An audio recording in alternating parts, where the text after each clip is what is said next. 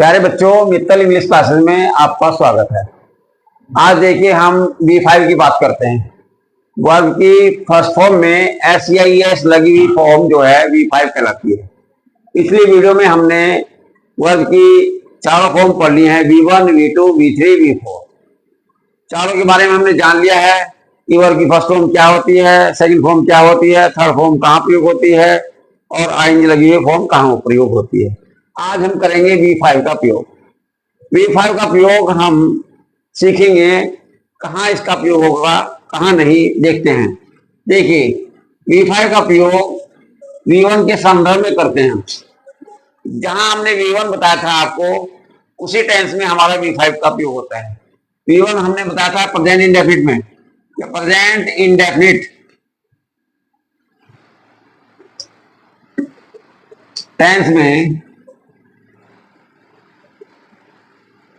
Tense में हमने बताया था कि ये जो सब्जेक्ट होता है हमारा, सब्जेक्ट तीन प्रकार से हमने सब्जेक्ट को बांट दिया, आई और वी, आई और प्लूरल,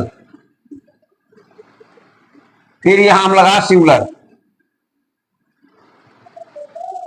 सिंगुलर का मतलब एक वचन करता, प्लूरल का मतलब बहुवचन करता, बहुवचन करता, और आई का मतलब मैं। ये हमने तीन सब्जेक्ट को तीन भागों में बांट दिया, आई, प्लूरल और सिंगुलर। हमने बताया था जहां आई होगा और प्लूरल होगा वहां पर हमने इसमें V1 का प्रयोग किया था।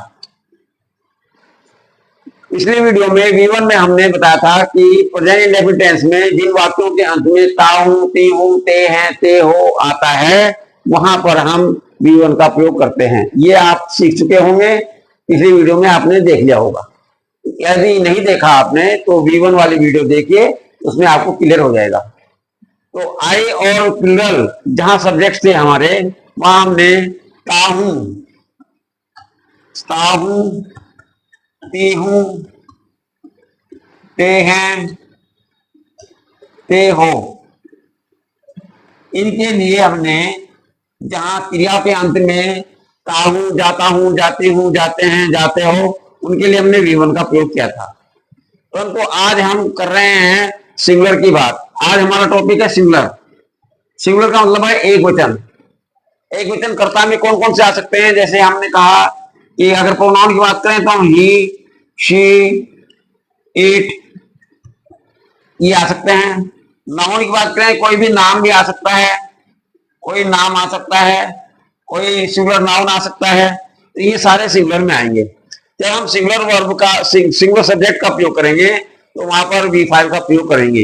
इसके लिए हम V5 का प्रयोग करते हैं। V5 का मतलब वर्ब में S या ES जोड़ देते हैं। जो एक्शन वर्ब होती है उसमें S या ES जोड़कर V5 बनते हैं। ठीक है, और ये हिंदी में दो अर्थ देगा, केवल दो अर्थ, कहां है या ती है। परंतु कभी कभी ते है भी आता है, वो मैं अभी समझाऊंगा आपको।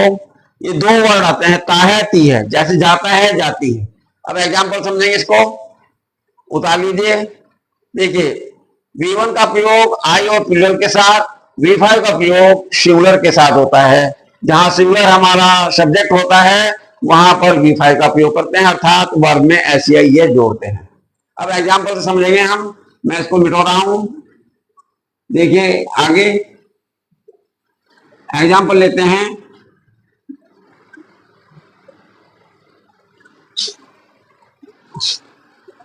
हम जाते हैं,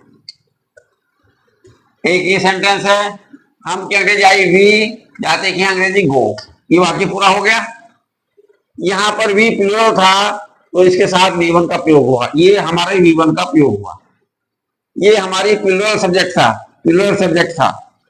अब देखिए हमने कहा रमेश खेलता है।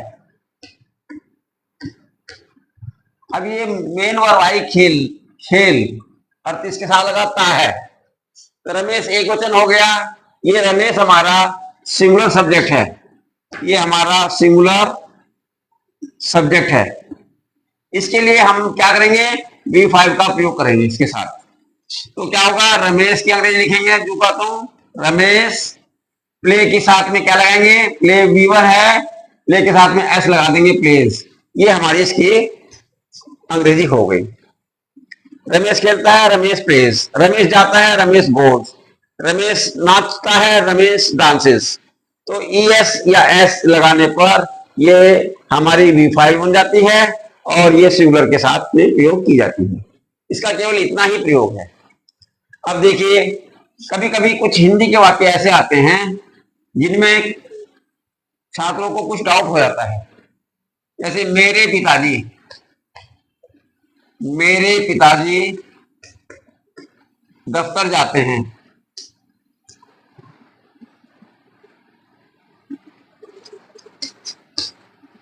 अब बच्चे सोचते हैं कि जाते हैं ये बहुवचन का है, लेकिन ऐसा नहीं है। ते हैं आया हुआ है। बहुत से बच्चे इसको देखकर केवल V1 का प्रयोग कर देंगे, लेकिन गलत हो जाता है। यहाँ V1 नहीं लगाएंगे, मेरे पिताजी। अब ये सब्जेक्ट पर ध्यान देना है आपको। ये मेरे पिताजी क्या है, मेरे पिताजी 2-3 व्यक्ति हैं? नहीं, मेरे पिताजी केवल एक ही व्यक्ति हैं, तो ये सिंगुलर है। ये सब्जेक्ट क्या है हमारा, ये सब्जेक्ट हमारा सिंगुलर है, हो गया। तो हिंदी में ते है क्यों आया? पिताजी को आदर सूचक शब्द लगाने के लिए, पिताजी को आदर देने के लिए हमने ते ही लगाया। अगर हम कहेंगे मेरे पिताजी दफ्तर जाता है, तो ये थोड़ा अटपटा हो जाएगा, ये सम्मान नहीं होगा। तो ते हैं लगाकर यहाँ पर हमने अपने पिताजी का सम्मान किया। हिंदी का वर्ड कुछ भी हो, लेकिन आपको उसका सब्जेक्ट देखना है कि सब्जेक्ट एक वचन है या बहुवचन। यदि सब्जेक्ट एक वचन में है, सिंगुलर है, तो यहाँ पर इस वर्ब जो है हमारी गो है, और इसमें ES लगाएंगे, गोज हो जाएगा। तो my father go to office, क्या लिखेंगे, माई फादर।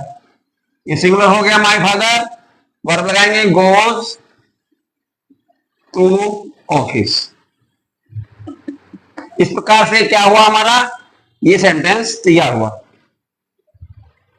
अब देखिए, अगर इस वाक्यों की, ऐसे वाक्यों की जिनमें सिंगुलर वर्ब होती है, जिनमें सिंगुलर सब्जेक्ट होता है और ES या ES लगा रहता है, उनके निगेटिव बनाने के लिए या इंटरोगेटिव बनाने के लिए हम वर्ब की फर्स्ट फॉर्म का प्रयोग करते हैं और उसके साथ में डू या डज का प्रयोग करते हैं, डज का प्रयोग करते हैं, सॉरी। देखिए, निगेटिव बनाएंगे, हमने कहा ही गोज, ही गोज। अब इसका निगेटिव बनाना है, इस वाक्य का निगेटिव बनाना है, तो हम कहेंगे ही, यहां पर डज नॉट लगाएंगे, डज नॉट, और फिर V1 का प्रयोग करेंगे। V1 क्या है हमारी, इसकी गो की फर्स्ट फॉर्म भी गो होती है, तो ये हो जाएगा हमारा गो। He does not go. ये S या ES लगा हुआ था अफर्मेटिव वाक्य में, यहां से ये हट गया, डू के साथ में जुड़ गया, डज हो गया, और इस प्रकार से ये वाक्य हमारा निगेटिव होगा। अगर हमारा इंट्रोगेटिव होना हो तो हम शुरू में does plus subject plus V1 का प्रयोग करते हैं, तो हो जाएगा डज ही गो। क्या वह जाता है? तो इस प्रकार से डू या डज इसकी सहायक क्रिया है, निगेटिव में नोट लगेगा और V1 का प्रयोग होगा, और अफर्मेटिव वाक्य में V5 का प्रयोग होता है। ये बात समझ में आ गई होगी आपके। तो ये V1 और V2 दोनों साथ साथ पढ़ेंगे, तब हमारा लाभ होगा। मैं समझता हूं ये जानकारी आपको अच्छी लगी होगी। आज आपने V5 के बारे में पता लगा आपको कि V5 का प्रयोग प्रेजेंट इंडेफिनिट टेंस में एक वचन कर्ता के साथ किया जाता है। हिंदी में आदर सूचक शब्द में चाहे ते ही आए कोई बात नहीं, लेकिन क्या होता है कि हमें सब्जेक्ट देखना होता है कि सब्जेक्ट हमारा सिंगुलर है तो V5 का प्रयोग, आई और प्लूरल है तो V1 का प्रयोग करते हैं। धन्यवाद। निगेटिव वाक्यों में V1 का ही प्रयोग होता है। डू या डज, डू और डज हमारी सहायक क्रिया लगती है इसमें, और उसके बाद नोट लगता है, फिर V1 का प्रयोग होता है। मैं समझता हूँ ये जानकारी आपको अच्छी लगी होगी। धन्यवाद। मिलते हैं अगले टॉपिक के साथ अगली वीडियो में।